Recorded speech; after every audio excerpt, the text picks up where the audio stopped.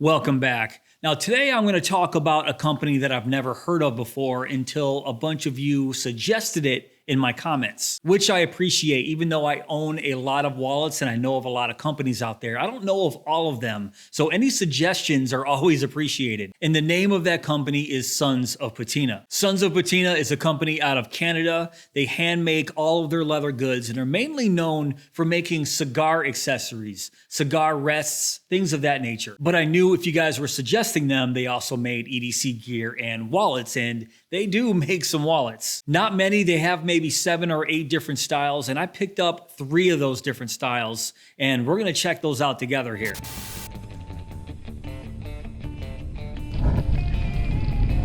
These are the 3 that I picked up. This one is called the Regal. The one in the center is called the Monaco, and the one at the end is called the Capri. Now, all 3 of these wallets are made from full grain Laredo Crazy Horse leather. And in my opinion, Crazy Horse is one of the classiest leathers out there. I know what it was originally used for, but when it's made into a wallet, it just has that classy look to it. So if you're looking to class up the joint a little bit, grab a wallet made of Laredo Crazy Horse. I think it's great. So let's go back to the Regal right here. So you're gonna notice that these designs aren't groundbreaking or original in any way, shape, or form. I've seen these designs 100 times over again. So like I said, there's nothing too original here, but I'm gonna mainly look at the quality and just the craftsmanship overall of each one of these wallets, and basically let you know my thoughts and opinions on them. Just because I've seen this design 100 times before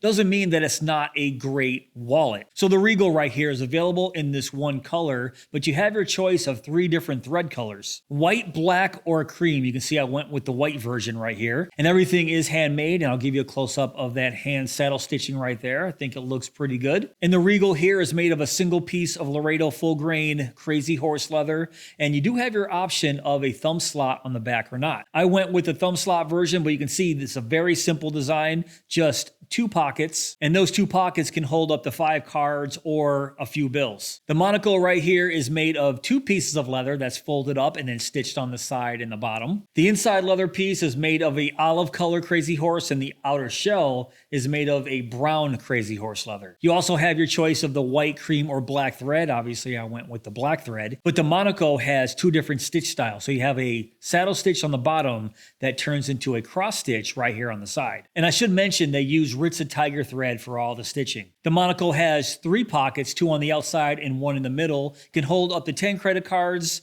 and some bills folded into thirds. And the last wallet here is the Capri, just 1 stitch point right here on the side. That's also Ritza Tiger thread, available in black, white, or cream. I went with the black. It's a single piece of Laredo full grain Crazy Horse leather, and all of these are about 3 to 4 ounce leathers, by the way. I also forgot to mention that they're all 3 to 4 ounces Ritza Tiger thread and all Crazy Horse leather. But let's move on. That single piece of leather, when it's wrapped and stitched, creates 2 pockets. A main pocket right here for your cards that can hold about 7 credit cards. And then the second pocket is more of a flap where you can hold some bills folded into thirds. So all 3 of these wallets are extremely minimal vertical style wallets, which, as you guys know, I'm a big fan of. And I love Crazy Horse leather. In fact, let me do a smell test real quick.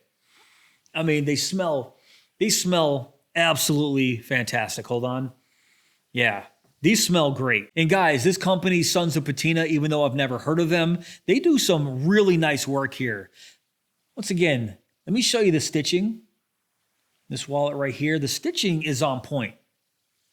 You can see that right there.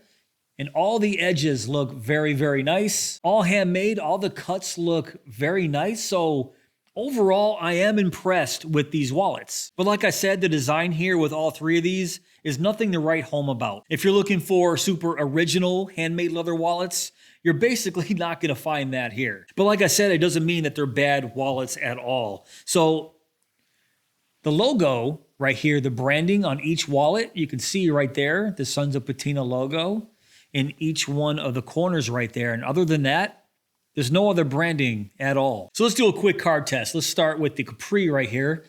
Say it can hold up to 7 cards, and that's what I have in here. 7 flat cards, not a problem. 5 American dollar bills. I'm going to fold those into thirds and stuff them right here in that front flap. And yeah, not bad. To get your cards out, just give the wallet a squeeze and do the fan method. Very nice. Or you can just flip-flop this configuration around, put the cards in the front, bills in the main compartment, whatever you want to do. There's no hard and fast rules here. And now the Monaco right here, I stuffed its maximum amount of 10 cards in there.